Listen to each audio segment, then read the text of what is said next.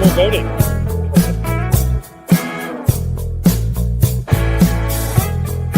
Hey, it's the Capitol, but nobody's storming it.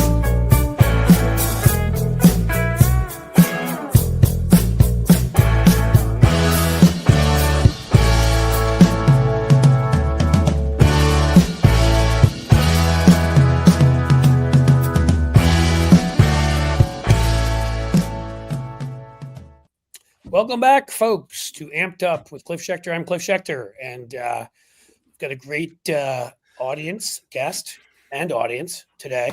I've got Walter Rhein is joining us. What are you, Girl Dad, I believe is your title? Yes. I mean, Cliff, I got to say, I mean, Walter not only is a great writer and has a terrific Substack, he is a rising star when it comes to the genre of philosophy. Is that about right, Walter? I mean, I just picked a category. I hope it fits, but it's been awesome. I think to myself sometimes Rousseau, Descartes, and then there's Walter Rhein. And so he's making his appearance, which is important. I as usual, there's something in the beginning that goes out of order or whatever because I change it up and I'm a goofball. But how could I not have obviously introduced David Shuster, my co-host and better TV half, better screen half, former MSNBC host, Emmy winner. Talented. And that is my cue to ask Walter a question. Walter, you were just saying a moment ago, you're about an hour outside of Minneapolis. You got kids there. They stayed home from school. What's the mood across the state or in the community where you are? Yeah, it was bad. I mean, last night I didn't sleep much. I had a really hard night and just kind of up. And I just elected to just not send my kids to school today. And the concern is there's some activity where they're pushing, there's some pushback in Minnesota to get ice out of there. And of course, we're right on one of the main highways where I live. So, we've just been worried about them coming this way. And this is just unacceptable that, and this isn't the first day. This is basically goes back since that, post-turtle Nepo baby came down the golden elevator. From that day, racists have been approaching my family and threatening them and harassing them. So this is 10 years of this crap now. And I just don't think I should have to live like this. Walter, I had a fascinating, and sorry, Cliff, I had a fascinating conversation with my 12-year-old daughter last night to try to explain what had happened in Minneapolis and what ICE was doing and how it was what they did was criminal and why there's what the reaction was from the Trump administration and why that was so outrageous. But how have you explained it to your kids? I mean, you're right there. They're literally feeling it and breathing it. Well, it's just been one of these things. Me starting as a writer happened when my kids were like 6 or 7 and we were at the drive-through. I walked to get some popcorn. I came back and just to catch somebody say to my infant child, "This is America. We speak English," because we're a Spanish-speaking household. My wife's an immigrant. And I came up on the tail end of this. I'm like, "Excuse me, you got something to say?" And the guy just, runs off. And these tough guys are always there to hassle women and children, but they won't talk to an adult about it, and they always hide it. And that's really this whole mechanism of this hate ideology that permeates the United States. It goes back to the original sin of slavery that this country has never accounted for, and it just endures, and everything is spoken in dog whistles. They hide their language. They figure out ways to kind of indoctrinate the population to be they propagandize everybody so that they don't realize any of the things that you're saying right now. Yes. And that's why nobody's reacting. Enough people. Yeah. Right. Sorry. We need to activate people. No, I was just saying that's why we have to activate people because everybody's still way too passive. And, people are like, well, we'll have the elections and we'll be able to. There's so much we can do right now. There's so much we have to do now. I mean, the regime is already smearing the good name of Nicole Good. And it's just like they want to save their own butts about this, and of course we have to stand up for what's right. And I just took in something you said there. I had to comment on, and again, this is sort of the it's been referred to as the boiling of the frog, which is I've been told not an accurate actual analogy, but everybody knows what it means, so we'll use it. Where things happen slowly and you don't notice. And what's amazing is you were sitting there saying, well, because of of what's going on and some of the pushback, as there should be. I would hope everybody would be out in the streets, not violently, non-violently, but still out there, and that could lead them to react violently. But with that said, you're like, I didn't send my kids to school, and I'm thinking to myself, right, you didn't send your kids to a place where only in the United States of America, of high income countries, kids actually can die too and not come home alive. You chose to keep your kids at home where they actually were safer than they were in school, because another thing we have chosen to just ignore and let proliferate. And people shouldn't think this is not part of the same exact sickness. Yes. I made a point yesterday. I went nuts in the afternoon. I just was so angry, and I did a impromptu live, comparing, Rosa Elena Gonzalez, an 80-year-old Venezuelan woman living peacefully in her apartment in Caracas until we bombed the shit out of it and destroyed it and murdered her. Yeah. And what happened to Renee Nicole Good at the hands of ICE fascists shooting her in the back of the head. And that is all of a piece, and it also is with the anybody can carry a gun into one of our kids' schools. It's that this ridiculous obsession with and profiting off of violence. Mm-hmm. That, in this country, my God, you say the word, and we can say it here, fuck, and like, oh, everybody on the right, the police are losing their minds over it. Maybe what the real perversion is are children being slaughtered. Maybe blowing up an 80-year-old woman's home in Venezuela, a country we didn't declare war against, that we're committing war crimes even being there. Maybe that's a perversion. Maybe shooting a woman in the back of the head because she tried to drive away from masked men who wouldn't identify themselves. Yeah. Perversion. I don't know. Maybe we should think about it that fucking way. Yeah. Well, there's within America's cultural identity is this hate ideology that dehumanizes certain groups. And I always say, that other countries in the world have guns. It's only the United States that has these mass shootings. It's always young white men who do these shootings. And it's because they've been radicalized through white supremacy to see human life as irrelevant.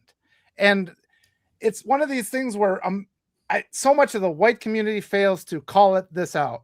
I mean, I've been saying to people, the tactics of this government are fascist, but we have to recognize that this government, it's not imported from elsewhere what's going on. This is our original sin. This is a white supremacist regime. They are the continuation of the Confederacy. They're the KKK. They're in charge. They've made Antifa, a terrorist group, but the KKK has never been designated as a terrorist group. We just pretend that those things don't exist. And this hate ideology radicalizes kids and makes them think. And it's everything in American culture. American exceptionalism is another way of just saying supremacy, telling us that our country is the best, other countries are bad. They're willing to bomb other countries. They don't even think about the casualties, because so many people in the United States of America have internalized that they think people from South America are subhuman, and that's abhorrent. And it's something we need to talk about. And this is what happens when you don't teach the honest truth about our country. Well, it's also, I'll let David talk about it, but I think it's an important point to say that it's also what happens when you let one group of lunatics with money build an enormous propaganda, which they call media, but that's propaganda infrastructure. And we do nothing, to regulate it, which we can do within our laws, certainly before this Supreme Court came along and made things up. B, you do nothing to counter it by building up something on the left to respond to it. So all you have is corporate media that won't, and so they can keep dehumanizing brown people, black people, everybody as often as they want. And it, we're finally growing in spaces like YouTube and Substack, but I mean, we're nowhere near where they are. In any case, David, go ahead, please. Well, I was going to say that hatred that you both speak about gets right to the next question I was going to ask Walter, and that is, I mean, so much of this, at least with Minnesota, seems to be the administration targeting Somalians, right? That there's been an influx of Somalians. You watch, Fox News, the Jesse Waters and JD Vance, and like, oh, America has a Somalia problem. And Vance's explanations, because, well, a lot of these people are on welfare. Well, there are a lot of other Americans who are also on welfare, but you don't immediately jump to, well, they must be engaged in fraud if they're on welfare. And the majority of them are white, actually. Right. And that's the yeah. jump that JD Vance makes with the Somalians. But my question, I guess, Walter, is, I mean, Yeah. the Somalians have been there for a while. What was it like? I mean, having the Somalians as neighbors and as part of the state, say 6 months ago or a year ago before the Trump administration 2.0 came in? Oh, you know, I'm not directly involved in that community, but one of the things, you know, it's there's never. I have a couple of friends who are right in there, and they've been active in the communities, helping. You know, it's a kind community. That YouTube video came out that was just complete nonsense. Yeah. You know, and it's so offensive to see this propaganda mechanism where they can fabricate these things to just incite violence. But this has been going back a long time. And one of the things, like you said, they just had their massive bailout for the farming industry. And Right. you think about, you know, a couple of years ago, just watch what happens on social media when you say, hey, let's pay off student loans. Everything gets flooded on social media. Oh, this is so bad. Then they give billions of dollars to the farming industry as a result of the ineptitude of this administration. Nobody says anything.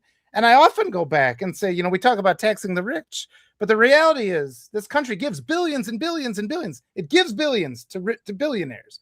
And all we have to do, if we just stop the subsidies and the free bailouts and the PPP loans and all that stuff, all that would be acceptable. Monopolies and billionaires against the rest of us. And that gets to the whole argument that I say that, you know, every sort of Trump claim or Trumpian administration claim is a confession, right? Absolutely. Because here they are going after Somalians or people with brown and black skin for somehow being engaged in fraud, but the fraud, to the extent that there is any, is so small and minuscule compared to the Trump White House fraud of whether it's the, you know, $500 million ballroom or the $300 million airplane or the Bitcoin or the crypto or the government contracts to Donald Trump's rich friends, or to your point, the tax cuts and the corporate subsidies to people who don't need it. Yep. Like Doge money that just disappeared, you know, and these kinds of things. They never.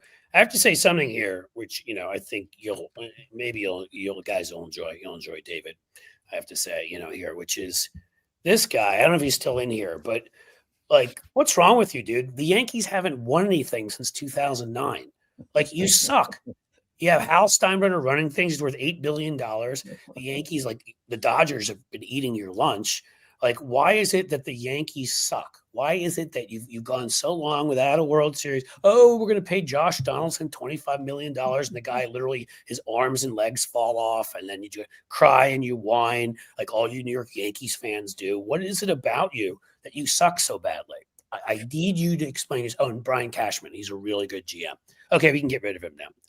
By the way, Walter, I'm a Yankees fan. I've never gotten to do that before, where I got to go after some asshole right winger on the Yankees who's probably crying. Yes, it must be particularly frustrating when these trolls and these right wing nut jobs appropriate your sports team. That's not nice. It is exactly like this guy's. You're not worthy, my friend. But no, it'd be like if somebody came here like Michigan, you know, and they were a right wing, and David went after him and started insulting Michigan. So I thought I'd have fun for once instead of.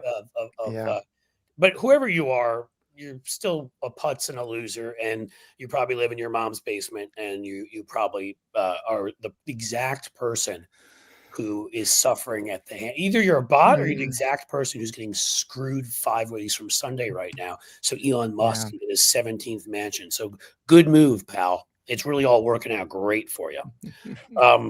Okay. Now let's get back to where we were. I had to have fun. I mean, come on. Yeah, you do a little bit. Oh, wait. There's somebody from Reds. Oh, it's Red One. I was going to say, because I live in Cincinnati, and be like, if there's a Reds fan being an asshole here too, I could go 2 for 2 in ripping my own teams. But no, it's not. Okay. I mean, you know, I lived for a short period of time. And again, like, this is the kind of stuff that doesn't even need to be spoken or said, but yet with these racists, you sort of have to. I lived for a short period of time in Columbus. On the way that we were moving to Cincinnati, and I got a job with the Democratic Party there a while ago, 2008. And they've got a vibrant Somali population too, not quite what Minneapolis has. And it was weird. Like, you know, there are these people that were Somali, and they like said hi, and they held doors, and they were friendly, and they were kind, and they paid their taxes, and they were great neighbors to have around us. And and in that way, what was interesting is they were no different than anybody else.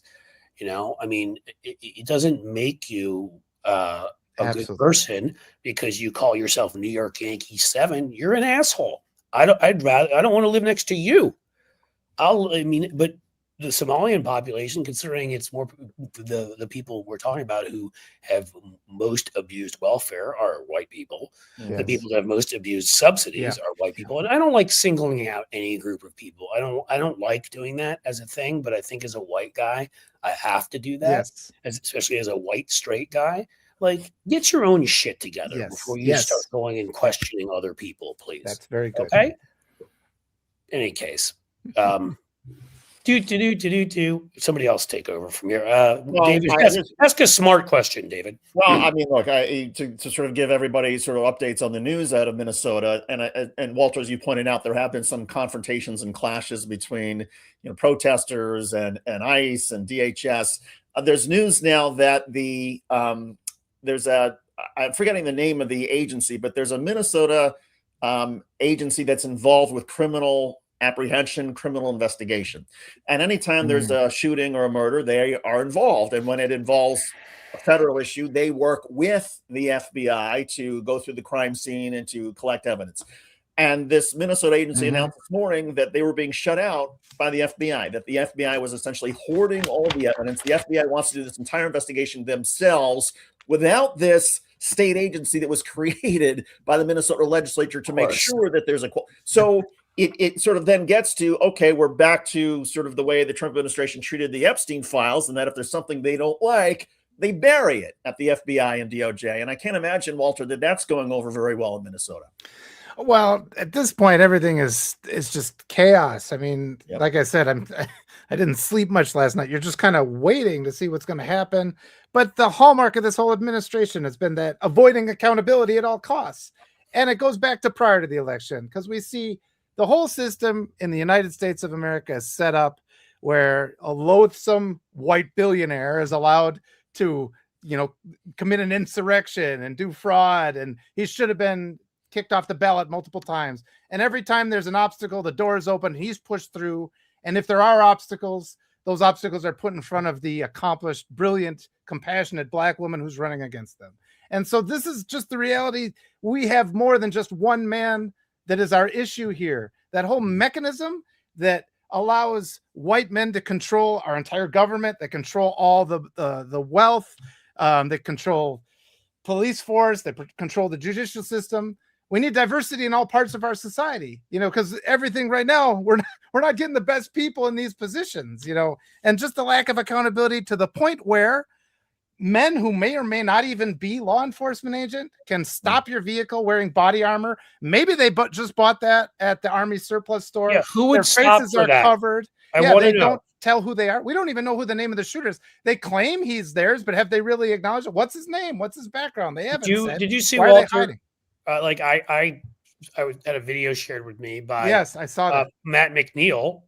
David was on his show last night. Matt is the host, and you should all listen to Matt soon. If things look like the direction they're going, you're going to be able to hear Matt every day at Blue Amp Media, because we, as we say, like to amplify independent media, and that's one of the few independent-owned stations in the country.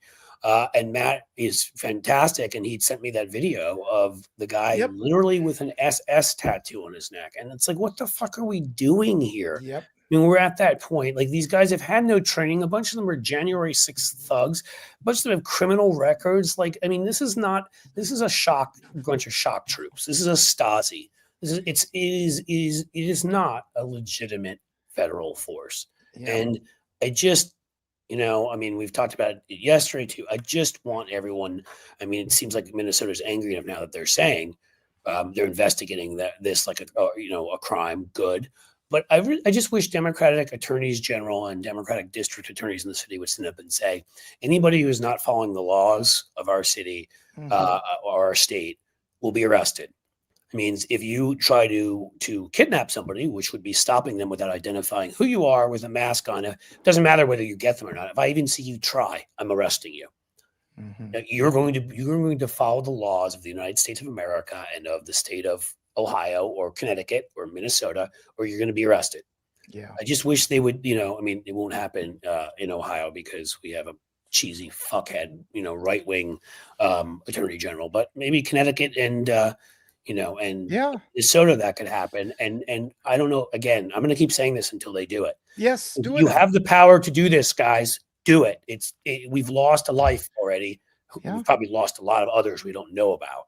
Yeah, it's not going to stop until somebody stands up to them. That's the way it is with bullies, and we deserve to be protected. And the whole point of the Constitution, the whole point of the Bill of Rights, we're entitled to certain legal protections. We're entitled to our day in court, not to get shot 3 times in the face, instantly in that moment. And this is an ongoing problem, though. We've all seen the videos of young black men getting pulled over and getting shot too. These things this is an ongoing problem. It's come to a boiling point now.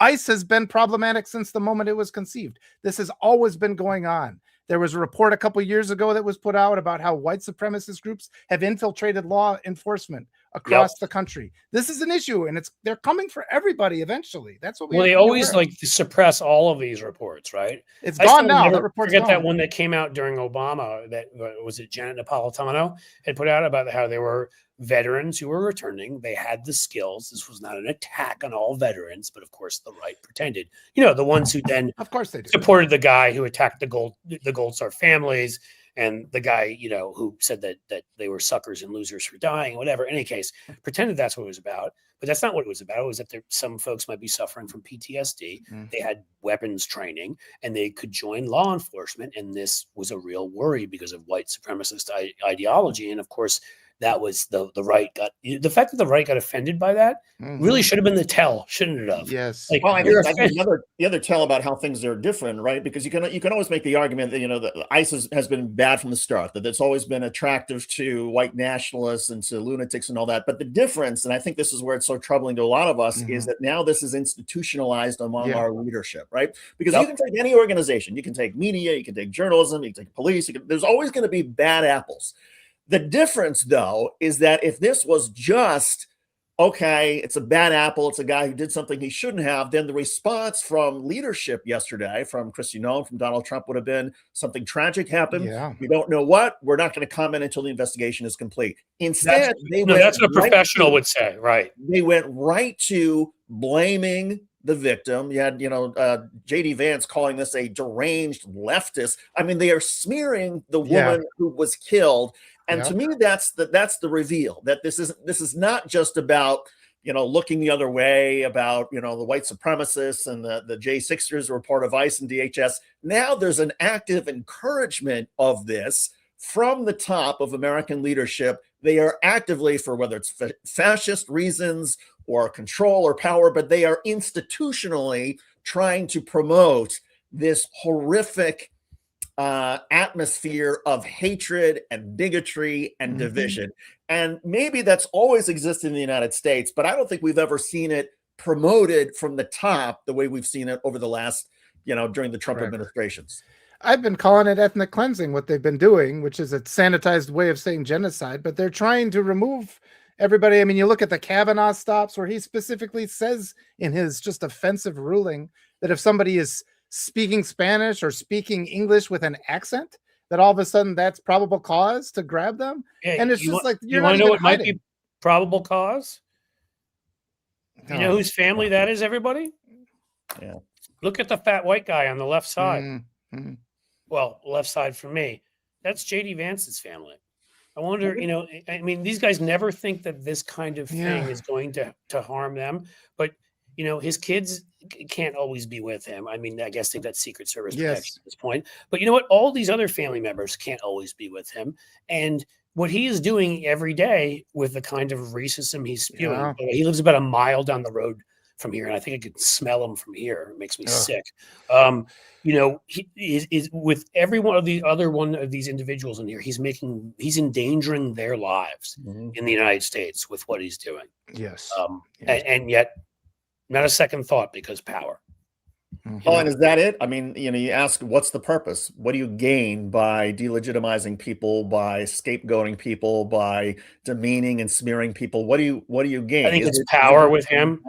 He got wealthy with Peter Thiel and that group of galoots, out in the West Coast. So, I mean, I don't think it's about money. He didn't need that. Also, people who fell for his shtick, when he wrote Hillbilly Elegy and tried to claim that a part of Ohio that's literally right near me here is in Appalachia, which is hours away from here, and tried to pretend he had a completely different upbringing than he had. Like that, I have to believe with the money he has, it's about power. Clearly, there are people that just, I always believe in evolutionary biology, and it just goes wrong in certain ways with people. These guys that need to hoard all the resources, these guys that need to hold on to all the power. It's like something has gone wrong with them mentally. Yes. With their, chemically, I don't know. But the fact that he had a perfectly respectable, I mean, not from my point of view, but from a lot of people's points of view, career, and written a best-selling book, had worked out, for venture capital and whatever, but he was willing to embrace, lie for, smear people, attack Zelensky, say anti-Semitic things, say racist things, say, dump a former trans friend of his, and all these other things that he was willing to do. That friend wrote an article about how they were friends, for power, just tell you what a sick individual he is. I would say they're just talentless people. They have no ability to create anything. You look at that. And so what they do is they see the creations of others and they stamp their name on it. And that's why they hoard wealth, because they're incapable of creating their own wealth. They hoard power. Like decent people who can create their wealth, they end up giving it away, and so then we end up with a collection of rich people who are the very worst examples, because they're the hoarders, the talentless people who have used unlawful means. And they like feudalism, right? Where, I mean, their whole point is they could to extract from the rest of us, which is what they're doing. Cancel a program, give Peter Thiel another contract for his parasite organization that wants to suck up all of our data. I mean, these things are all connected. And again, I'm going to keep talking about this through the election. Anybody who thinks they're safe out there, ask Elise Stefanik how that went, the loyalty. Ask Jeff Sessions how that went. Anybody out there with money who thinks that, just because you're wealthy, ask Khodorkovsky how it went when Putin got angry at him. You're not safe. You're not safe from Trump. You're not safe from these people. And the truth of the matter is, I don't care if you make $5 million a year. They're still extracting from you to give to the billionaires. And they still, if you complain about it, will toss you in prison if they get the kind of power they want. Everybody needs to understand that it's us against a couple of fascistic oligarchs and a fascistic hillbilly Fifth Avenue family that we all were unlucky enough to have settled in our country, in the disgusting Trump clan. And I spell that with a K. Yeah, that's accurate. And they only love bomb because they intend to sacrifice you later when the heat gets too hot for them. That's how narcissists behave. So yeah, don't fall for it. Walter, I want to ask you about and I was asking you about this before the show started, but on your Substack, you have this terrific column about the link between how essentially U.S. oil has been the foundation for white supremacy. I wonder for our audience if you can explain a little bit about that and what you found in putting this column together. Oh gosh, that one is a hard one, and it's just one that kind of goes back to the Tulsa race massacre. And this story is the intertwining of all these just various atrocities that have gone on. But oil was discovered essentially at the end of the Civil War. And so those with the grievance mentality, the people who put on their pointy hats and made their little club in the woods that has been the hate ideology that's still contaminating us to this day, they just decided that oil was theirs, that was to restore the glory of the South. And so this is still this toxic ideology still endures. You've seen that language reflected in the fact that they've been claiming that Venezuela stole oil that rightfully belongs. Right. I mean, it's insanity. Yeah. When did they do that? 300 years ago? But that's how their mind think, because they that's what happens when you get that white supremacy mindset. It doesn't make any sense. You start reforming reality to fit this toxic hate ideology. And so what happened with the Tulsa Race Massacre was there was the one group of enslaved people that got reparations were those that were enslaved by native populations. So, and of course, the United States just relocated native people to rocky, barren land. So that's where... which, by the way, also is considered genocide and a war crime when you forcibly, send people on the Trail of Tears. But I digress. Yeah, well, at one point, the Native American population controlled about 20% of the American oil reserves because they put them, even though they only had a small part of land, they put them in all these oil-rich places. And of course, you can document all these acts of Congress where they stole those rights back. You know, the original treaties have been erased. But there was a brief time in Tulsa where Black Wall Street came into existence because the Black community that had gotten land through that mechanism was able to use that oil to enrich themselves, and they just got completely annihilated by the white population. Well, they're doing well, right? And the white population resented them, and we're just waiting for that one. This will remind you of things today. That one explosive kind of thing. Somebody is killed, or someone is sadly raped, or whatever, and then they can say, "Oh yeah, they did it," and it gives them an excuse to go on this kind of almost. I mean, it's gross. It's like it's orgiastic, like they enjoy going and harming people. Like it's like a thrill, you know, to go and destroy people. It's sick. And the number of Trump when he sort of licks his lips when he sees violence happening. And the number of atrocities like that in American history are just, it'll make you sick because there's so many, and it's all hidden. And we don't, and this, what we're looking at right now in our modern history is this consequence of teaching this sanitized history where they say, hey, we don't want them to feel bad about themselves. It's like, you know, when people are guilty of heinous acts, maybe feeling a little bit bad about yourself helps you build accountability. It helps you become a better person. And that's the direction the United States needs to take. Accountability for our as you were saying that, I kept thinking of one of the things that I admire today about modern day Germany is that they are totally fine and they embrace teaching kids and society about the atrocities of World War II. And it's ingrained into Germany that, you know, we had something that we did that was terrible, and as a result they are a better society for it now. And why we can't follow that same path and acknowledge mistakes of slavery and racism and everything else, it's just it's baffling to me. No, well, it's funny. Funny is not the right word. Just ironic is the way I meant it. That you're and sort of taking us where I was going to go after what Walter said, which is, you know, a classic example. So you look at Venezuela right now, right? And the thing is, like in Afghanistan and like in Iraq, even though the Iraq war was absolutely wrong, if Afghanistan outside of in my opinion, a special forces mission to get bin Laden and take out some of the top guys is what that should have been. I'm not saying I think there should have been a response there, but not the one we had. And Venezuela obviously is completely ridiculous.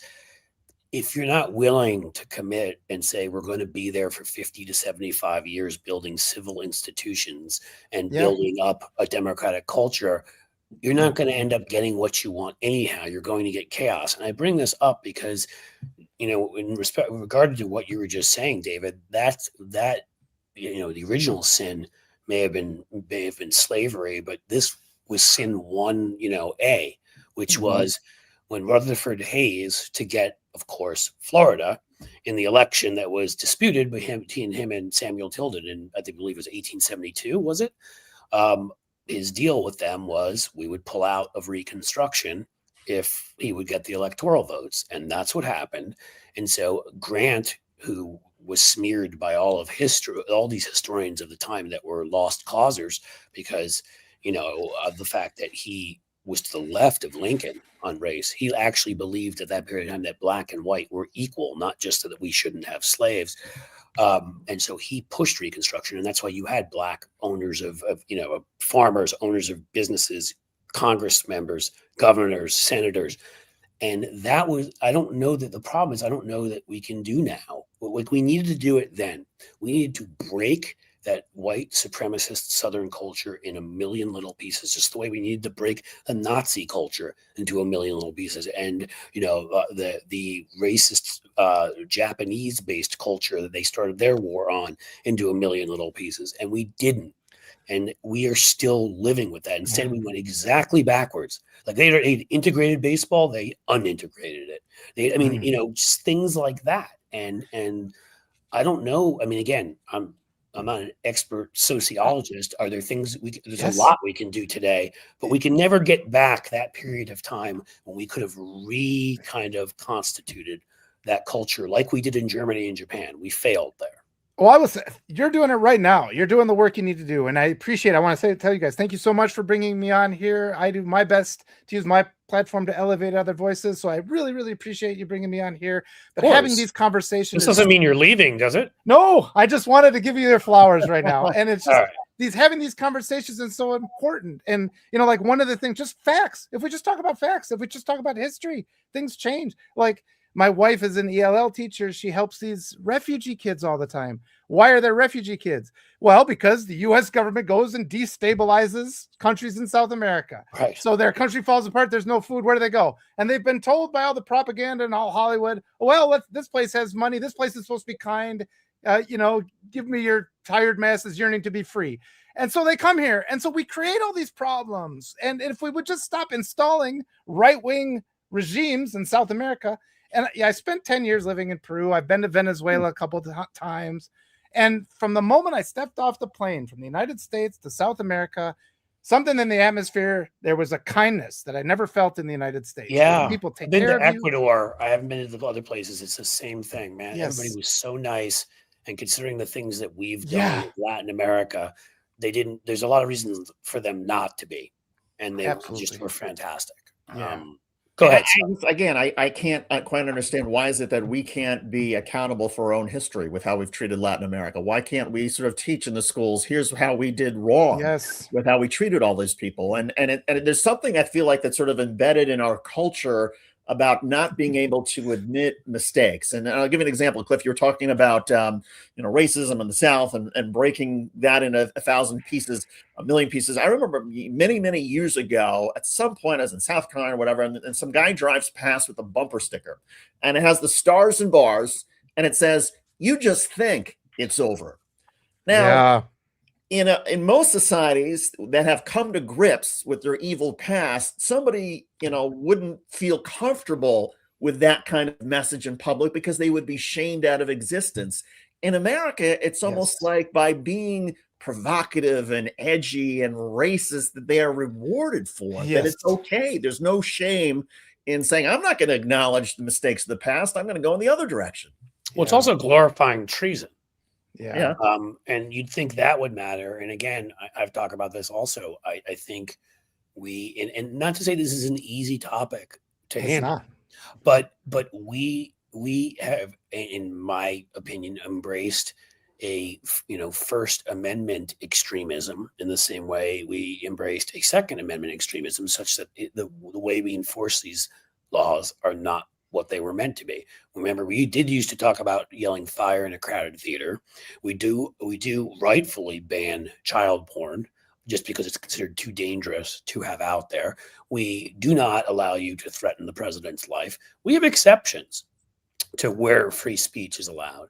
And in Europe, if you're not allowed to show a Nazi symbol, right, or you go to prison. I still think in Germany still, I would argue, has a pretty vibrant democracy and pretty vibrant free speech. Have they lost anything by doing that? I would argue they have not. And in fact, I'd argue they've gained things because those sowing discord and trying to sell disinformation have fewer weapons at their disposal. And that's why it's been this big fight over, why the right screams and yells about free speech when they don't mean it. It's about this. Because they're threatening the European Union and these European countries that have said, no, we're not going to allow anything to go online. We're not going to allow you to share information that tells people not to use necessary vaccines and kills them. We're not going to allow you. I mean, we have refused to a degree where it's not even about free speech in the United States. We know that a lot of these accounts are coming from outside the United States, and we won't even regulate them. They don't have that right here. Yeah. So it's not even a debatable thing with them, and we won't do it. So we're allowing people to get away with this kind of behavior. Yes. In the United Kingdom, libel laws being different, you can't say certain things there that you can't. The way someone like these guys would get up and say they were letting the babies be born and then killing them. You can't do that there. Mm-hmm. You would be arrested, as I think you should be, because you're saying something that is beyond the bounds of being acceptable, and you're putting people's lives in danger. Yeah. And consider the narrative, how people will often say, oh, the Democrats they've become too woke. They've gone too far with this woke stuff.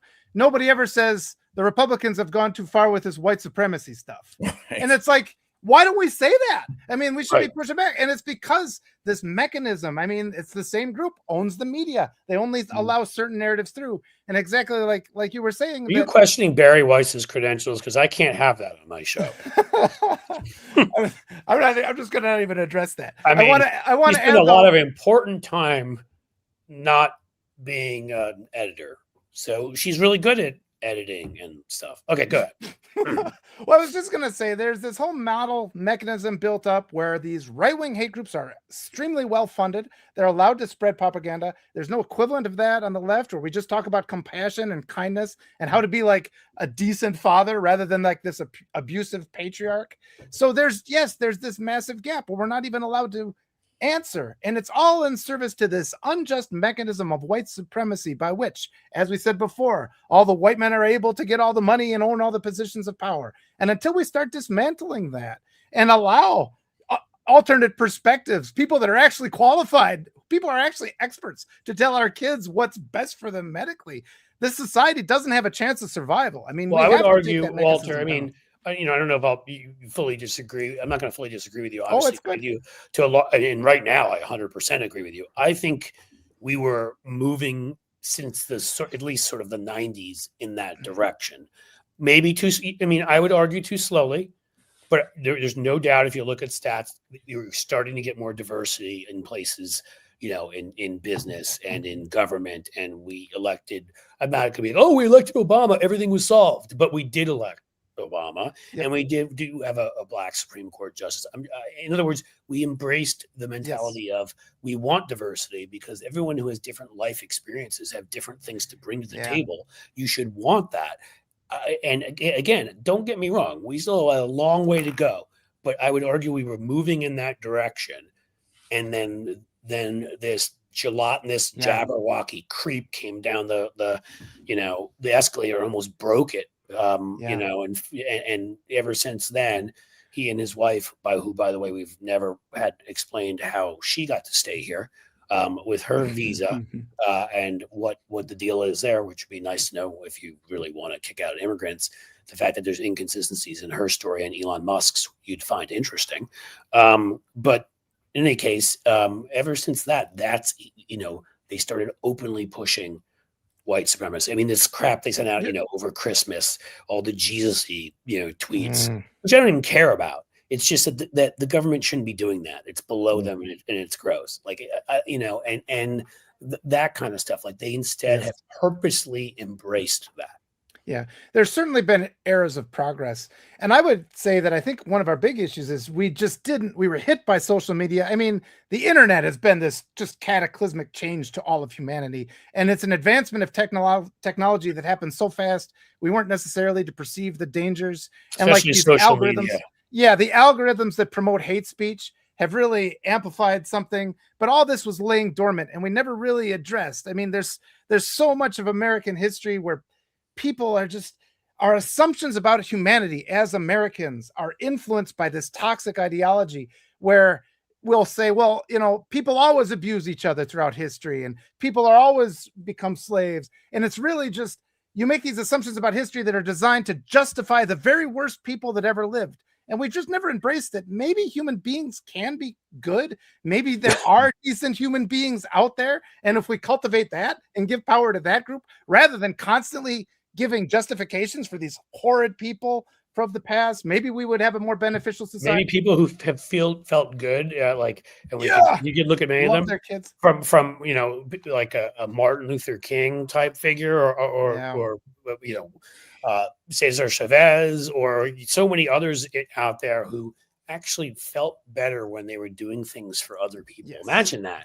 Yeah, well, I guess they're suckers and losers, right? And the inevitable question is, how do we confront or take on the horrid people? What can we do? And there's sort of the long-term institutional steps that I think are necessary. And then there's the short-term, which gets to a question that, Cliff, I was going to ask you, and Walter, curious to hear your perspective on this as well.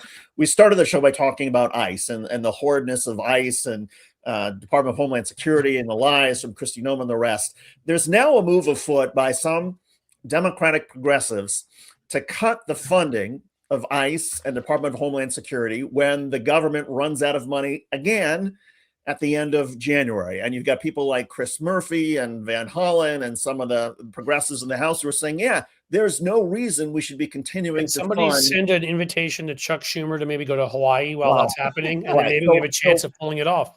I'm sort of, channeling now my inner Joe Walsh. The last time we talked with him about the government shutdown, he said it would be a terrible mistake for Democrats to take focus away from the terrible Trump economy. But from a pure political perspective, Cliff, wise idea or bad idea to try to shut down the government to draw accountability to ICE and DHS? I will put it very simply, because it is, to me, absolutely a wise idea to take stands at key times on key issues. This is going to be now, after what they just did in Minneapolis, this is going to be one of the defining issues of this election. Yeah. Do you want an unaccountable, masked, refusing to identify themselves, fascist force of former criminals and white supremacists with SS tattoos on their necks going around with guns, shooting, beating pregnant women, breaking windows without warrants, basically violating the Constitution with every breath they take? Do you want that or not? The thing is here, David, and this is why I made my mention of Chuck Schumer, is you must stick to your guns if you're going to do it. The worst thing you can do of all is to say, I'm going to stand up to this and then cave, which Schumer and pals have now done twice. So my first choice is, yes, shut the government down over it. I thought we should have last time and said, until all these ICE guys are off the street, or every single one of them has a mask off, is identified, and the rest, and has a body camera, then either that happens and the National Guard is out of every damn city, so that we're respecting our Constitution, or we're going to shut down the government. That to me is a fight absolutely worth having. Yeah. If you will have that fight. The second best thing is don't have that fight, because the worst of all of them is start that fight and then give in for nothing. Mm-hmm. Walter, your thoughts? Absolutely. You have to oppose. I mean, and this is the moment we have to activate the resistance. We have to activate people's minds where they recognize the fight we're in. This is a criminal. It's a criminal regime. It's a white supremacy regime. They're hurting us. They're killing people. They're killing innocent people. There's no negotiating with this. This regime thinks my family is subhuman, and they've made that clear. They are racist. And, I'm worried about the safety of my family every day. I'm not going to talk to them. I know their viewpoint. I reject it. It's oppose, oppose, oppose. Every mechanism you have, every legal, lawful mechanism, every peaceful mechanism, we can do that. And that's what we have to do. We can't sit here with these passive solutions and then trying to make deals with them. They don't make a deal. They intend to honor. Right. That's another thing about white. A deal with Donald Trump. We should all go to a list of former contractors and business partners and wives, if any of them are still alive and not buried on golf courses for tax breaks. We gotta stop the murders. I agree with both of you. I think we should shut down the government if necessary to tackle ICE and DHS. But I also think that there needs to be, Cliff, to your point, some very clear, quantifiable goals in terms of what Democrats will accept in terms of reform of ICE. And I think Democrats should be willing to say, okay, we will allow Department of Homeland Security, which does a lot more than immigration roundups, and we will allow Immigration and Customs Enforcement, which does more than just the deportations. We will allow them to exist, but to your point, they must have cameras. They must follow due process. They must follow court orders. They cannot just willy-nilly grab people off the street because they look brown or black or have a Latino name. There's got to be some quantifiable and just beat people up or shoot first or any of that stuff. They are held to the same standards as any other member of law enforcement are held to. Frankly, they're not even held to tough enough standards because qualified immunity sucks, but that's another conversation. Right. And to your other point, Cliff, I agree with you that I'm not confident, though, that Chuck Schumer or Hakeem Jeffries have it in them to do this fight. Right. So if they don't, just don't do it. Right. Because, again, think of I am so far, we should one of these times have somebody on. Actually, the host on this channel on Tuesday, my friend Matt Robeson, worked. I don't know if he worked in the Senate. He definitely worked in the House. So, but we need somebody who knows the rules really well. I mean, there's so many ways that we could have gummed up the works and made this harder for them. There's unanimous consent. which we could not give. I've never worked in the Senate, and I even know that. So something that would take 2 minutes will take 3 or 4 days to slow them down. Yes. If we really felt like that what ICE is doing is that important, and if you don't feel like it's that important, I don't know what the fuck is wrong with you. I don't know if you've read the Constitution. I don't know if you believe in democracy, but you don't believe in this one. And so if it's that important to you, you do that. You literally slow the Senate almost to a halt until you use and where has Schumer been on that? That's my problem, is they have not used all of the tools there. A bunch of Democrats have tried. And so, to be very clear, Democratic Party is the good party. The Republicans are the evil one. The Democrats have some amazing members who, if you mentioned Chris Murphy, who fought like hell. Van Hollen is another one comes to mind. Tammy Duckworth comes to mind. Our problem is our leadership sucks, and we have been unable to replace them. And we need to replace them with people that actually understand tactics, strategy, and messaging, and have the courage to enact all three. Absolutely. Well, and you'll appreciate, Cliff, because Amy Klobuchar, Minnesota senator, who's technically part of the Democratic leadership, and I think close to Chuck Schumer, she gave this when she was asked about whether government should be defunded because of ICE, and she gave this thing. Well, I'm pained by what happened in Minnesota, and it's something that should be. I think she said something like it should be studied. If you say pained, then I actually don't even want to hear the rest of your sentence. Yeah, I agree. Yeah, when you start off like that, like with Hakeem Jeffrey's statement in Venezuela, pursuant to the Constitution. Okay, shut the fuck up. Nobody speaks like that. I don't want to hear what you have to say anymore. If you don't start with the illegal attack, the war crime committed by Donald Trump, by the way, convicted felon. Yeah, that's the way, and that's what Seth Moulton did, and that's why Seth Moulton on that. That's the kind of leadership. And Hakeem Jeffries, he's almost there. I mean, in his language, he said what happened in Minnesota was an abomination, and he said that was a flat out stone cold liar. Okay, yes, we agree with you, and because of that, take that next step. Shut down the government, shut down ICE and DHS. You've just made your case. Right. I think there's some consultants within the Democratic Party that are deliberately sabotaging them because their message is so bad. I mean, you look at some of the things that James Carville has said over the years, like telling Obama to go take a toke on a crack pipe. He said that. And it's like, we can't have that kind of language and listening to these people that take the wind out of our sails. And that's what we always see out of the Democrats. Right when they start to make progress. People that say, just step back and let them, hang themselves, the old line goes and whatever. And it's like, every time that line is given, that is the dumbest. You put your foot on the fucking accelerator and you from like an action movie, go flying through a fucking wall or a window. When the other side, is in trouble because they've got internal strife, and Marjorie Taylor Greene's fighting with Donald Trump, and they're doing something that's unpopular, and they're in trouble, is when you come out and you message and you attack and you attack and you attack. It's not when you just hide somewhere and let them. I mean, again. I think for the environment maybe we're in the 90s, James Carville was a good strategist, but it's been a long time since he should have been put out to pasture. I don't know what world he's living in now, but it's not the one that I'm seeing every day. And again, as somebody who was one of those Democratic consultants, I can speak to that. Like, I've been in plenty of those rooms, and I wish it were only a few, like you said, Walter, but it's not even a few. There's a whole lot who are just thinking about what their cut of the ad buy is going to be.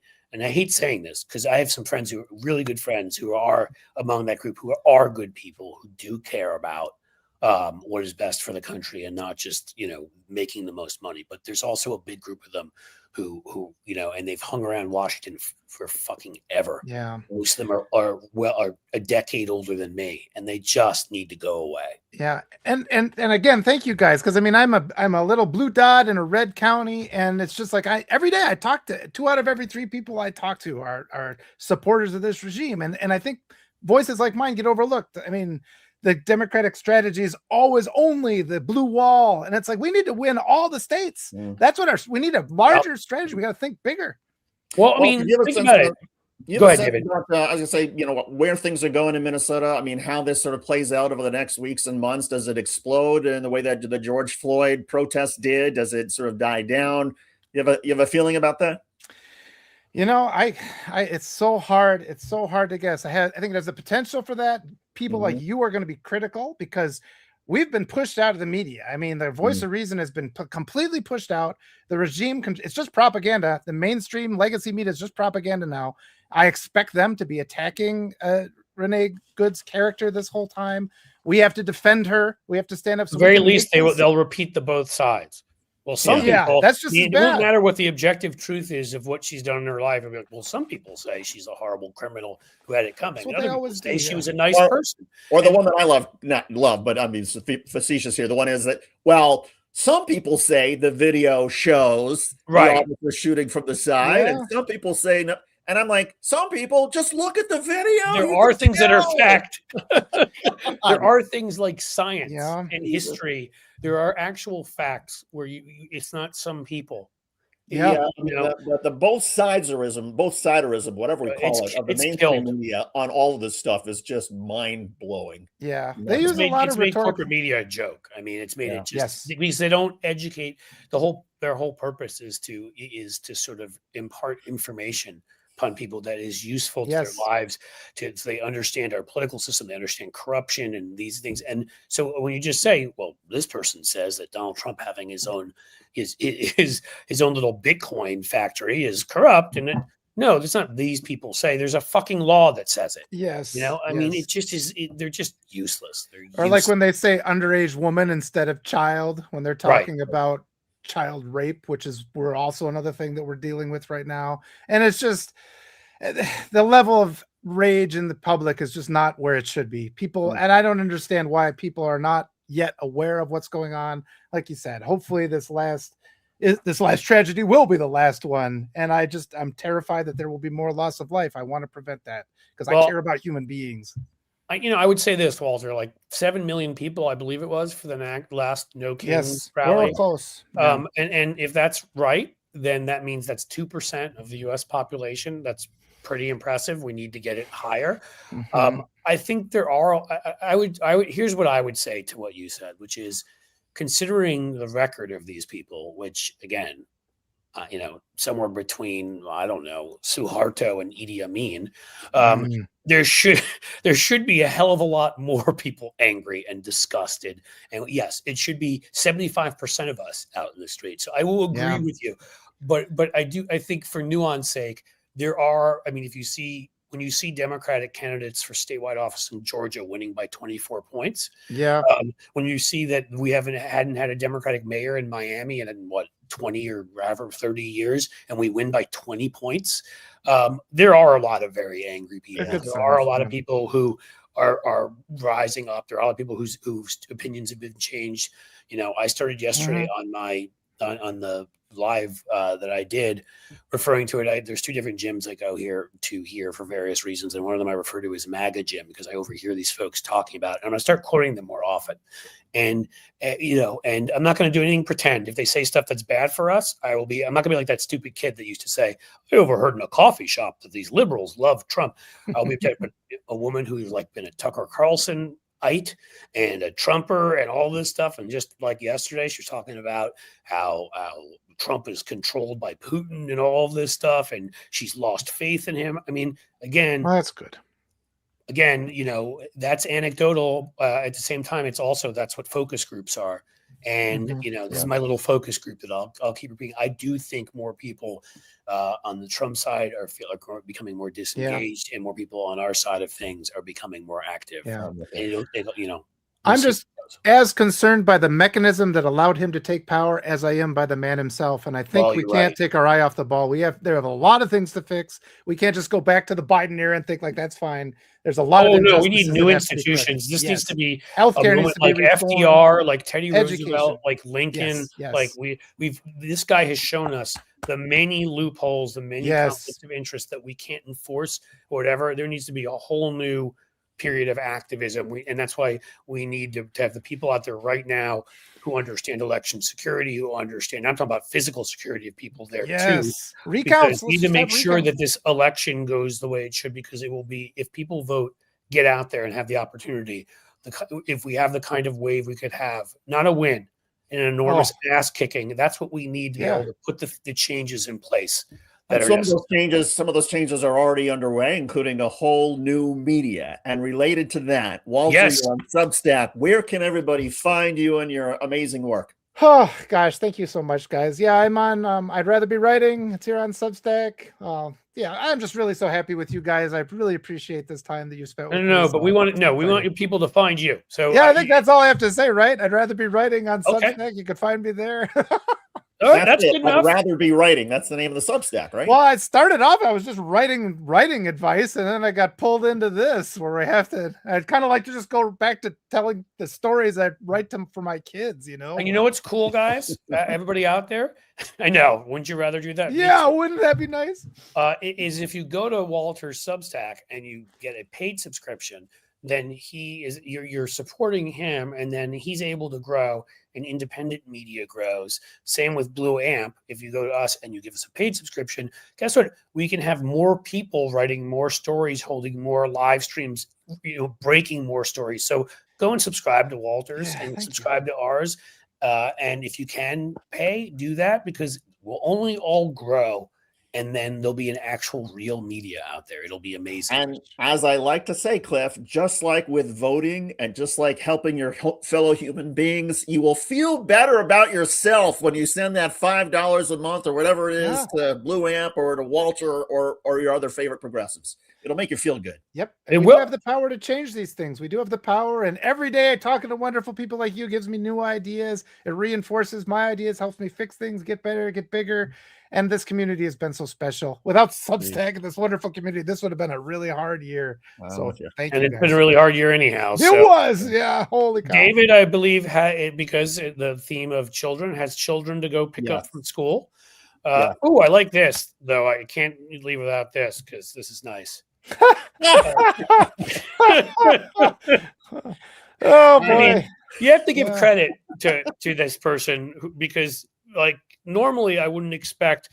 I mean, I guess he's got 5 fingers, so he could sit there and count out to 3. If there had been like 12 of us on this, imagine how perplexed he would have been.